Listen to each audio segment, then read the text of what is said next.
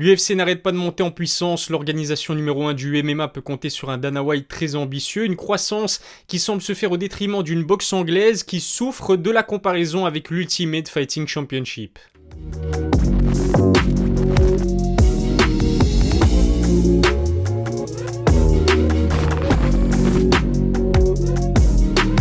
Salut à tous, c'est Elias, on se retrouve aujourd'hui pour une nouvelle vidéo. C'est indéniable, le MMA est devenu la discipline la plus dynamique des sports de combat. Dana White, le président de l'UFC, y est pour beaucoup puisque son organisation est une marque et surtout une entreprise qui pèse plusieurs milliards de dollars. Avec l'explosion du MMA, il semble que la boxe anglaise ait été reléguée au second rang. Ça fait un petit moment que je voulais vous parler de ce sujet dans une vidéo, le moment est venu, je vais donc vous expliquer comment Dana White s'est inspiré du business de la boxe pour ne pas reproduire les mêmes erreurs avec l'UFC. On va également savoir si le MMA est effectivement devenu le sport de combat numéro 1 devant la boxe. Juste avant, n'oubliez pas de vous abonner à ma chaîne YouTube et de lâcher un petit pouce bleu si ça n'est pas encore fait. Suivez-moi aussi sur mes réseaux sociaux, tous les liens sont dans la description. J'ai également l'immense plaisir de vous annoncer mon partenariat avec Nutrimuscle, la première marque française de nutrition sportive. Pour ma première collaboration avec une marque, j'avais à cœur de m'associer à une équipe professionnelle et digne de confiance. La qualité de leurs produits et la variété de ce qu'ils proposent font la différence en termes de compléments alimentaires. Avec le code NMILIS10, vous bénéficiez donc d'une réduction de 10% sur des produits qualitatifs et très variés. Le lien vers leur site se trouve dans la description, faites-vous plaisir. Revenons au sujet principal de la vidéo. Darren Till a récemment comparé la boxe au MMA. Pour lui,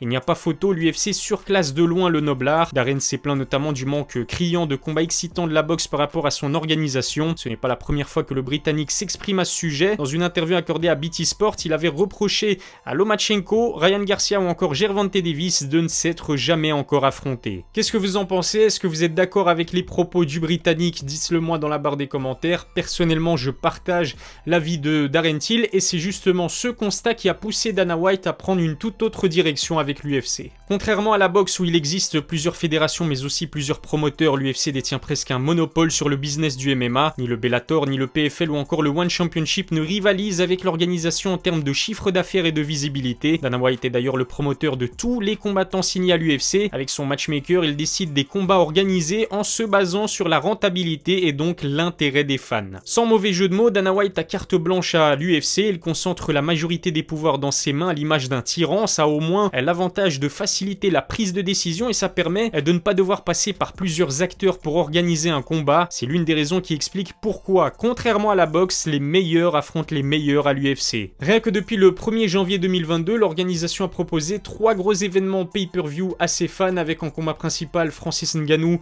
Cyril Gane, Israel Adesanya, Robert Whittaker numéro 2 et puis Colby Covington, Jorge Masvidal. Pour l'instant, la boxe anglaise n'a proposé aucun événement comparable à ces 3 soirées-là depuis le début de l'année. 2019 a d'ailleurs marqué un véritable tournant dans la rivalité entre l'UFC et la boxe. DAZN a eu le malheur d'organiser le combat entre Canelo Alvarez et Sergey Kovalev en même temps qu'un Masvidal Nate Diaz. Résultat, l'immense star qu'est Canelo a dû attendre la fin du main event de l'UFC 244 pour faire son entrée sur le ring. Apparemment, DAZN aurait demandé aux 2 boxeurs de patienter pour ne pas se faire court-circuiter par l'UFC. Un énorme aveu de faiblesse. Ce qui est sûr, c'est qu'il est très frustrant d'être un fan de boxe anglaise aujourd'hui. Ça fait par exemple plusieurs années qu'on attend un Anthony Joshua Deontay Wilder qui va peut-être jamais se faire. Pareil pour un Terence Crawford Errol Spence Jr. alors qu'il s'agit là des 2 meilleurs poids welter au monde, sans même parler des combats qui ont lieu beaucoup trop tard comme c'était le cas entre Mayweather et Pacquiao ou plus récemment entre Amir Khan et Kell Brook. Je pense aussi que depuis le passage de Floyd Mayweather, la défaite est presque devenue interdite dans le noble art. Les jeunes boxeurs donnent la priorité à l'invincibilité quitte à affronter des seconds couteaux. On a presque l'impression qu'une défaite fait perdre toute sa crédibilité à un combattant en anglaise. Tout le contraire du MMA où un Jorge Masvidal, un Conor McGregor ou un Nate Diaz font partie des plus grandes stars de ce sport, justement parce qu'on sait qu'ils ont affronté à chaque fois les meilleurs de leur catégorie. Dana White estime aussi que les boxeurs touchent beaucoup trop d'argent, ce qui les pousse à prendre peut-être moins de risques contrairement à leurs illustres aînés. Le président de l'UFC a donc pensé à un tout autre système, attribuer des bonus aux athlètes en fonction de leur performance, participer au meilleur combat de la soirée ou décrocher le plus beau KO lors d'un événement vous octroie 50 000 $ supplémentaires, une façon pour lui de motiver ses combattants à donner le meilleur d'eux-mêmes. Ce qui fait aussi la force du MMA en général et de l'UFC en particulier, c'est le fait qu'il soit mieux organisé. On dénombre par exemple beaucoup moins de catégories de poids par rapport à la boxe, ça permet tout simplement d'avoir moins de champions que dans le noble art. Certaines fédérations de boxe attribuent en plus des super, des regulars ou des diamond belts, auxquels il faut également ajouter les ceintures intérimaires. Alors bien sûr, tout n'est pas rose du côté de l'UFC, les différences salariales sont abyssales entre l'organisation et ce que peut proposer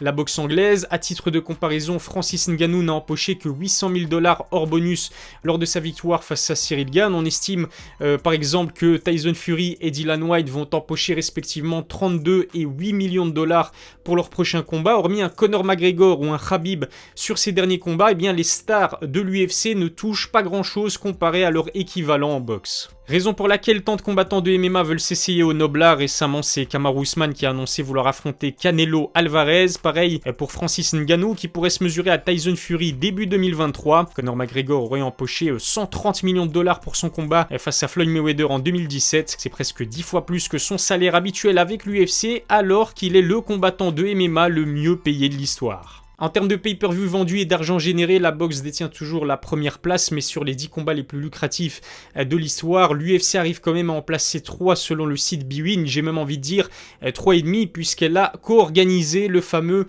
Mayweather-McGregor avec Showtime. Faut dire quand même que l'organisation de Dana White n'est rentrée dans la danse qu'il y a à peine plus de 20 ans, arriver à concurrencer ce mastodonte qu'est la boxe est donc un autre exploit. Récemment, on a pu s'apercevoir que l'organisation prolongeait ses stars, puisqu'Israel Adesanya et Jorge Masvidal ont par exemple signé une prolongation de leur contrat avec l'UFC. Malheureusement, aucune info n'a filtré concernant les détails de cet accord, mais cela ferait d'eux deux des combattants de MMA les mieux rémunérés de l'histoire. On sait aussi que Dana envisage de rencontrer très prochainement Francis Ngannou. Je pense que l'organisation a enfin compris que la question récurrente des salaires était un vrai problème. Contrairement aux fédérations principales de la boxe, l'UFC a réussi à se créer une image de marque extrêmement efficace, à tel point que certains confondent le nom de l'organisation avec le sport qu'est le MMA. En termes de communication et de marketing, elle fait partie des meilleures organisations, tous sports confondus, si ce n'est la meilleure. L'homme derrière ce succès n'est autre que Dana White. Lorsque Dana White et les frères Fertitta font l'acquisition de l'UFC en 2001 pour seulement 2 millions de $, la compagnie est en ruine, mais en 2016, l'organisation